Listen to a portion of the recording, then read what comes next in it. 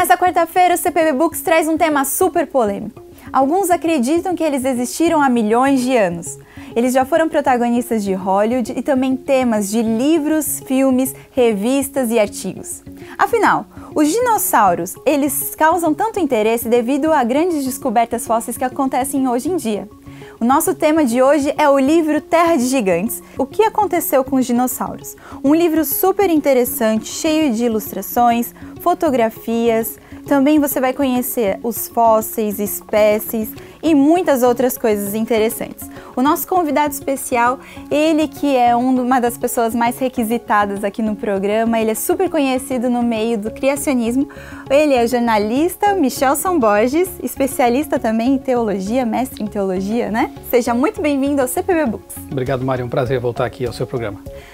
Michelson, me fala um pouquinho sobre os seus livros. Você que gosta de escrever sobre criacionismo, escreveu vários livros, artigos, me fala por que escrever um livro sobre dinossauros? Bom, primeiro porque faltava escrever um sobre esse tema, né? E outra coisa que me chama a atenção é o fato de que muitas pessoas pensam que dinossauros é um tema evolucionista, quando na verdade não é, né? Nós podemos, como criacionistas também, fornecer uma boa explicação tanto para a origem quanto para o mistério da extinção dos dinossauros. E eu procurei então fazer um livro pensando mais assim nos adolescentes, crianças, porque ele na verdade é uma história, tem personagens, né?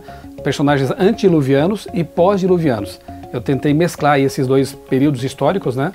Um anterior e outro posterior à grande catástrofe, e mesclando essas histórias eu coloco aí os conteúdos, coloco aí os conceitos científicos de uma forma bem simples para que o leitor não especialista, como eu também sou, né? Não sou especialista nesse tema, mas sou um aventureiro, digamos assim, ele possa compreender e entender que existe mesmo uma proposta interessante oferecida pelo criacionismo para a existência e extinção dos dinossauros. Nessa próxima pergunta que eu quero fazer para você é justamente sobre a existência e a extinção, que ela é muito usada pelos evolucionistas. Como que esses dois aspectos dos dinossauros, eles podem servir hoje para nós defendermos o criacionismo? Ok. Bom, com respeito à existência, né, a origem dos dinossauros, não é tão difícil a gente tratar do tema, porque na verdade o único que pode criar vida é Deus, né? Vida não provém de não vida, a vida depende de uma fonte realmente, a informação genética depende de uma fonte informante, enfim, é uma questão, embora não seja resolvida ainda, mas me parece que o aspecto criacionista é muito mais crível nesse caso, porque coloca a origem partindo de um ser todo-poderoso, e toda vida provém de vida, de Deus, que é vida, né? Dinossauros inclusive. Alguns se espantam quando pensam no T-Rex, no Velociraptor, né, que são espécies assim que aparentemente eram tão agressivas, né? Mas não deveriam se espantar, porque nós temos hoje também os leões, os tubarões, e se perguntar para minha esposa, a barata também não foi feita por Deus, né? A lagartixa também não? Talvez, né? Ela é um pouquinho mais simpática, né? Mas enfim, algumas espécies mudaram mais do que outras, né? Por causa do pecado. E com respeito à extinção dos dinossauros, e de outras espécies também, não foram só eles, né? Me parece que aquela ideia do meteorito, de doença ou fome, não são assim ideias tão lógicas, porque só os dinossauros, né, espécies tão fortes e outras mais frágeis foram preservadas. Outra coisa, se a extinção deles foi por causa de um meteorito que se chocou contra a Terra, levantou uma enorme quantidade de poeira na atmosfera, levou o mundo a uma era glacial, como explicar os fósseis tão abundantes em todos os continentes? Fósseis dependem de sepultamento rápido sob água e lama. Então você tem fósseis na Austrália, na China, até no Polo, né? Até na Antártida.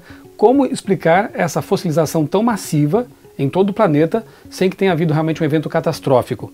No livro eu apresento mais argumentos, evidências com referências científicas, inclusive evidências que mostram que os dinossauros, via de regra, quando você consegue descobrir um fóssil completo, revela o sufocamento e agonia.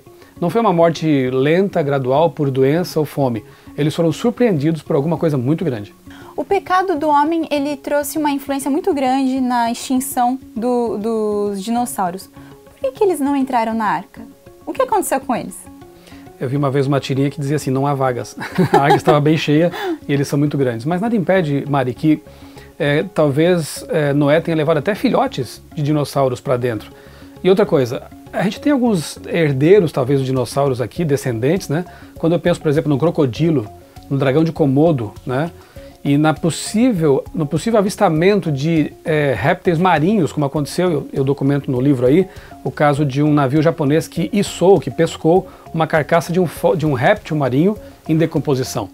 Animais estranhos e que parece ter mais que ver com a descrição dos dinossauros. Então, essa ideia de que não entraram na arca talvez não seja bem assim. Agora, muitos deles realmente não entraram.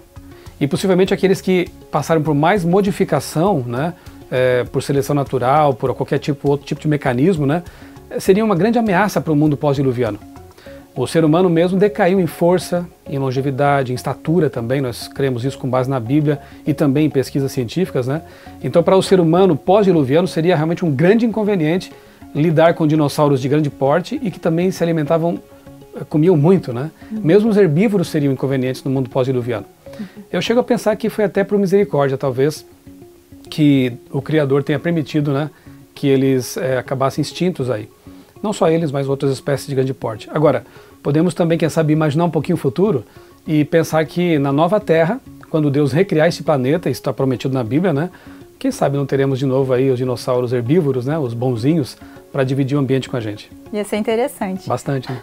Michelson, olha para aquela câmera e dá um recadinho para quem quer ler o livro que você escreveu sobre os dinossauros. Ok, se você gosta de aventura, se você gosta de temas intrigantes e instigantes, não é? Eu creio que Terra de Gigantes seria um livro bem interessante para você. Adultos, crianças, adolescentes, como eu disse, vão achar interessante a história, porque eu procurei, como disse antes, mesclar aventura com conteúdo científico. E eu quero dizer também que eu me diverti bastante, Mari, ao escrever esse livro, porque foi como voltar à minha infância. Inclusive na introdução aí tem duas ilustrações que eu fiz quando eu era criança, né? Essa que está cheia de esqueminhas aí eu fiz, acho que quando tinha uns 5 ou 6 anos de idade. Então você pode ver que realmente esse livro me trouxe muita diversão.